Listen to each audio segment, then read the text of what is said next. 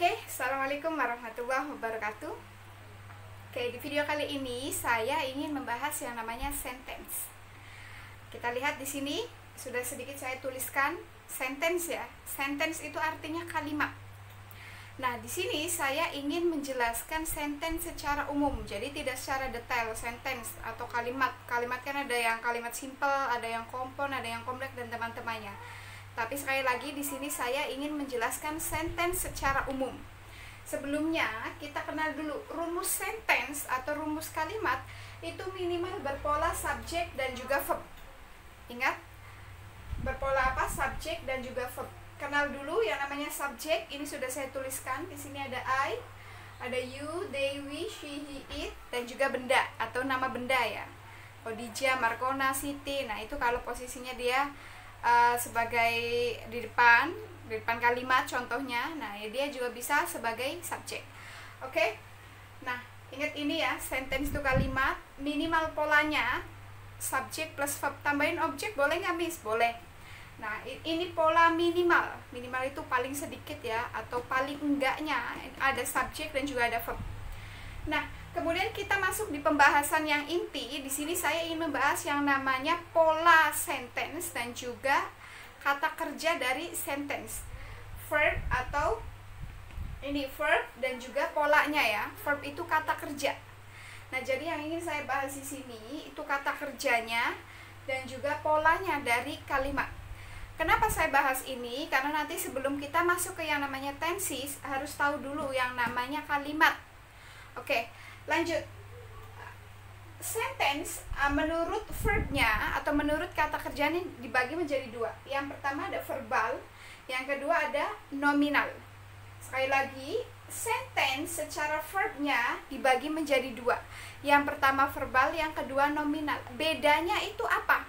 Kalau verbal dia menggunakan verb ordinary, tetapi kalau nominal dia menggunakan verb auxiliary. Ordinary itu apa? Kata kerja asli. Tetapi kalau auxiliary itu kata kerja bantu. Langsung masuk ke contoh. Contohnya, mereka makan bubur.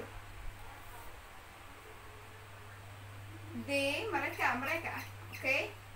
They eat apa tadi? Noodle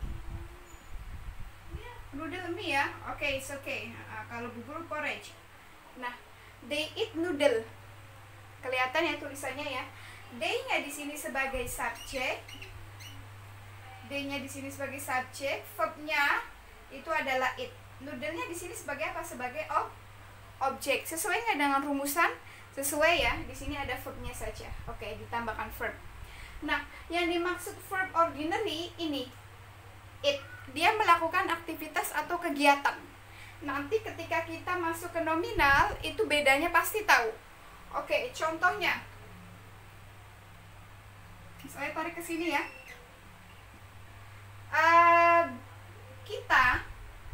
Kita cantik atau kita manis. We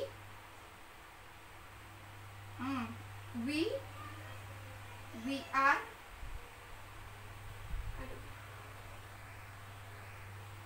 Oke, lanjut. Sorry ya, tadi markernya habis. Nah, di sini sudah saya tuliskan contoh kalimat nominal.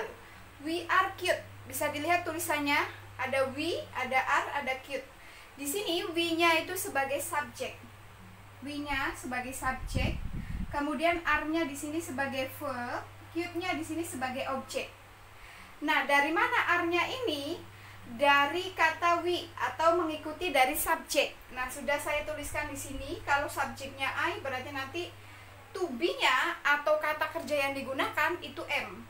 Ketika subjeknya you, they, we, maka kita menggunakan are. Nah, dari sinilah. Kemudian ketika subjek atau ini ya pelakunya she, he, it, maka kita menggunakan to be-nya itu is. Oke, sekali lagi, to be yang digunakan atau kata kerja yang digunakan itu to be. Kata kerja yang digunakan itu kata kerja auxiliary, kata kerja bantu.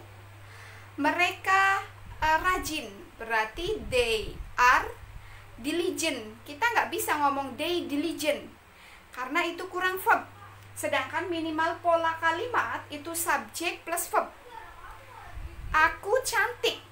I beautiful. Nah, itu salah.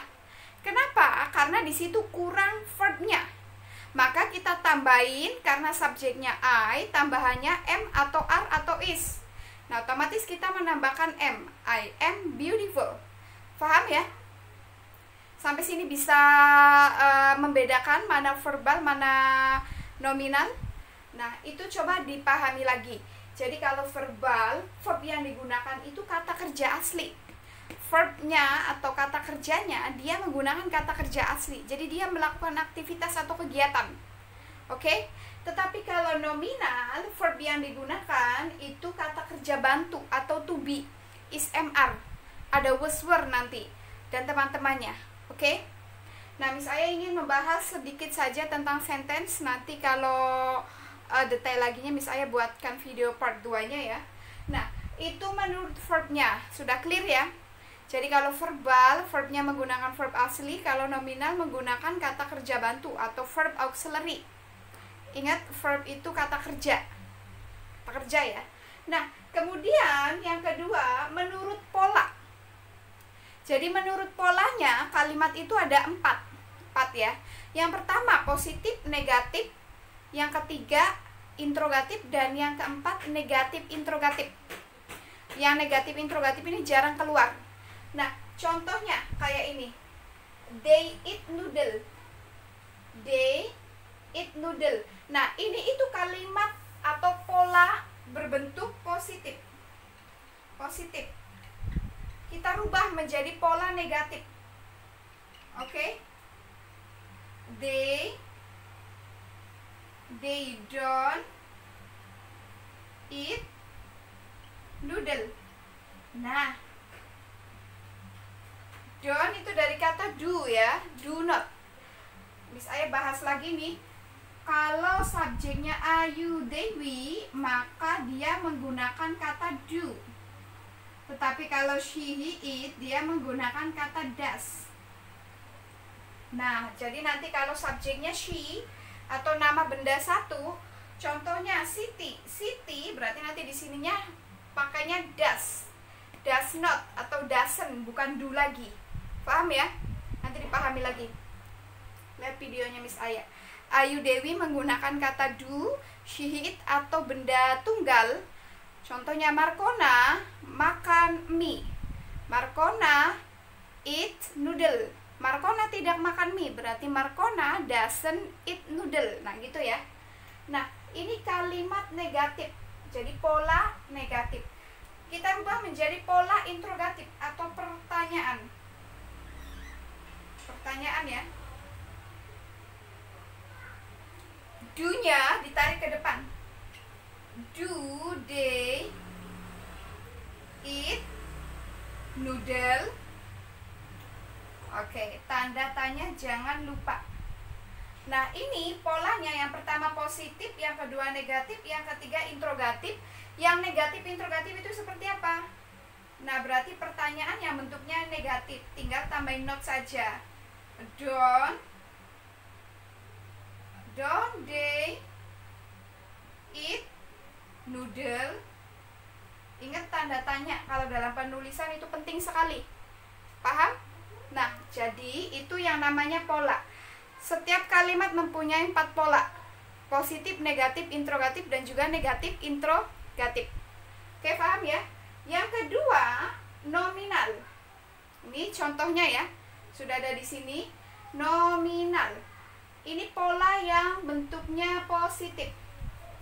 Positif di sini. We are cute. Nah, kita rubah menjadi pola negatif. Jadi we are tambahin not saja. Not cute. Not cute. Nah, ada kata not-nya.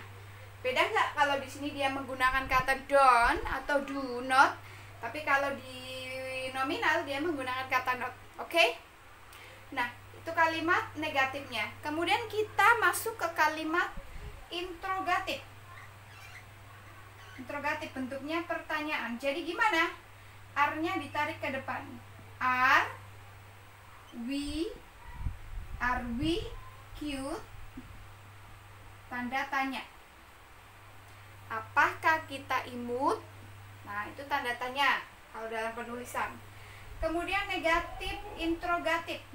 Tambahin not saja. Aren't atau are not we cute? Tanda tanya. Oke? Sorry ya, markernya udah mau habis. Jadi kurang jelas. Miss Aya jelaskan lagi. Yang pertama, sentence itu minimal polanya atau rumusannya subjek plus verb. Kemudian Miss Aya bahas yang namanya verb dan juga pola. Verb itu kata kerja. Jadi kalimat secara kata kerjanya dia dibagi menjadi dua. Yang pertama verbal. Ini ya verbal. Dan yang kedua itu nominal. Bedanya di mana? Bedanya itu di kata kerjanya. Ketika verbal dia menggunakan kata kerja asli atau ordinary. Ketika dia nominal menggunakan kata kerja bantu atau auxiliary. Auxiliary itu jenisnya banyak, ada to be, ada primary, ada modal. Nah, itu nanti Miss Aya bahas ya. Semoga ada waktu ya. Nah, itu. Kemudian secara polanya kalimat itu ada 4. Ada positif, negatif, interrogatif, dan juga negatif interrogatif. Boleh ditulis di bukunya. Miss Aya tadi udah buat contoh. Ada kata they eat noodle. They itu artinya mereka. Dia sebagai subjeknya, kemudian it-nya itu sebagai verbnya, noodle-nya itu sebagai objeknya. It di sini dia itu menggunakan verb asli, jadi kan dia melakukan aktivitas atau kegiatan. Itu yang dinamakan verb asli, oke? They eat noodle itu kalimat atau pola bentuk positif, dirubah menjadi negatif, jadi they don't eat noodle. Dirubah menjadi interrogatif, do they eat noodle? Dirubah lagi menjadi negatif interrogatif, don't they eat noodle? Tanda tanya. Oke. Kemudian yang kedua ada yang namanya nominal atau kata kerja nominal ya. Nominal itu kata kerjanya menggunakan kata kerja bantu atau auxiliary. Nah, ini contohnya sudah bisa saya tuliskan di sini. Dari kata we are cute. Kita imut. Nah, we-nya itu sebagai subjek, are-nya di sini sebagai verb-nya, cute-nya di sini sebagai objeknya. Jadi kita tidak bisa ngomong we cute. Kenapa? Karena kurang verb. Verb di sini menggunakan kata kerja bantu. Nah, ini ya, ada are ini. Nah, kemudian negatifnya apa? We are not cute. Are we cute? Nah, itu bentuk interrogatifnya dan juga negatif interrogatifnya. Jadi are not we cute. Tanda tanya jangan lupa kalau bentuk penulisan. Oke? Kalau paham videonya, boleh buatkan contoh kalimat verbal dan nominal ya, yang positif atau yang negatif terserah. Oke, thank you for today. Jangan lupa dipahami videonya dan yang paling penting itu dipraktekkan. Thank you, see you, bye bye.